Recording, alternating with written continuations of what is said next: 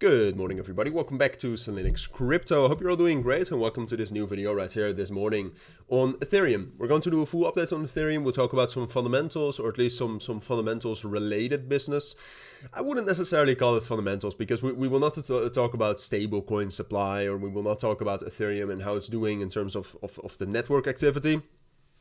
I can do a video on that, or I can include that in a video. If you'd be interested in that, then let me know on Discord or Telegram, because the comments are absolutely filled with bots. It makes no sense for me to go through those, unfortunately, by the way, because comments could be a great thing to actually ask me questions, but unfortunately it isn't at this point of time. So if you're interested in that, let me know. But no, the fundamentals that I wanted to talk about, which I think we will start off with right now because it serves as a good foundation for the rest of my analysis, is relative weakness. All right, and relative weakness, I think, has been the key sentence for Ethereum since September. And you might say, well, Ethereum is very strong. We've actually been able to hold.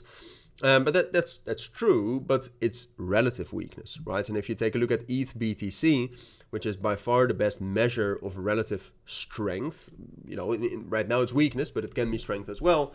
And what we see right here is that ETH BTC has still not been able to reclaim the uptrend. Dare I say that this is still in a downtrend, right? I mean, even on the 4-hour time frame, over the course of the last 16 hours or so, we lost the reversal we had gotten going on. And I think that's reflected in the price as well. Yesterday was still, and I've spoken about this in my XRP video just a moment ago as well, so I feel like a bit of a broken record. But yesterday was a very good day for Bitcoin, right? I mean, yesterday Bitcoin not only made higher highs, but it actually made higher highs with strength, with a huge amount of volume. And Ethereum held back. I mean, Ethereum even, I'm not certain. Yeah, Ethereum actually made a bearish divergence right here on the 4-hour time frame with the RSI, not with the volume, but the volume you can see we had a high volume bar right here yesterday at 6 p.m. So that's, what is it? It's 4 p.m. UTC. You can see it left the point of control at the top of the candle. So that's the area where most of the volume was transacted within the candle. It's if that's towards the highs of a candle, if it's towards the upper wick, right, the upper part of the wick, it's normally a bit of a liquidation spike, and it looks like that. And that in combination with the bearish divergence, I think technically that's a bit of a reason for caution right here, especially also if you take into account the imbalances we have to the downside.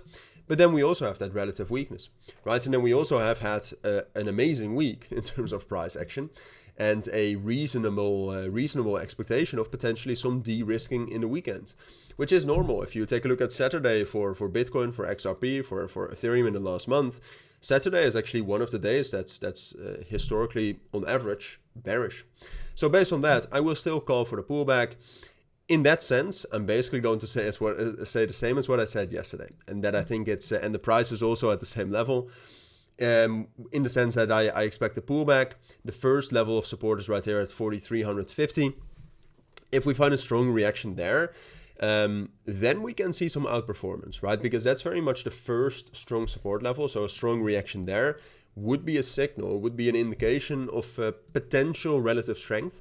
I would say it's a little bit more likely, given the relative strength that we're seeing right now, that we're going to pull back a little bit lower, potentially into 4,250 before finding support and before getting a move up higher into 4,700 and 4,800.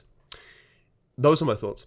I think that's what you need to know about Ethereum. It's a relatively short, well, no, it's a normal duration for a video. But more I do not have to say right now regarding the fundamentals or anything. I think I've said everything. So that's it for now. Thank you for watching, everybody. I'll see you all in my next videos. If you're interested in more Ethereum updates, then I post these daily. So there's plenty for you to watch every day. And I cover it in my middle of the day market update usually as well. So hopefully I'll see you in my next videos. But for now, that's it. Have a great weekend and bye.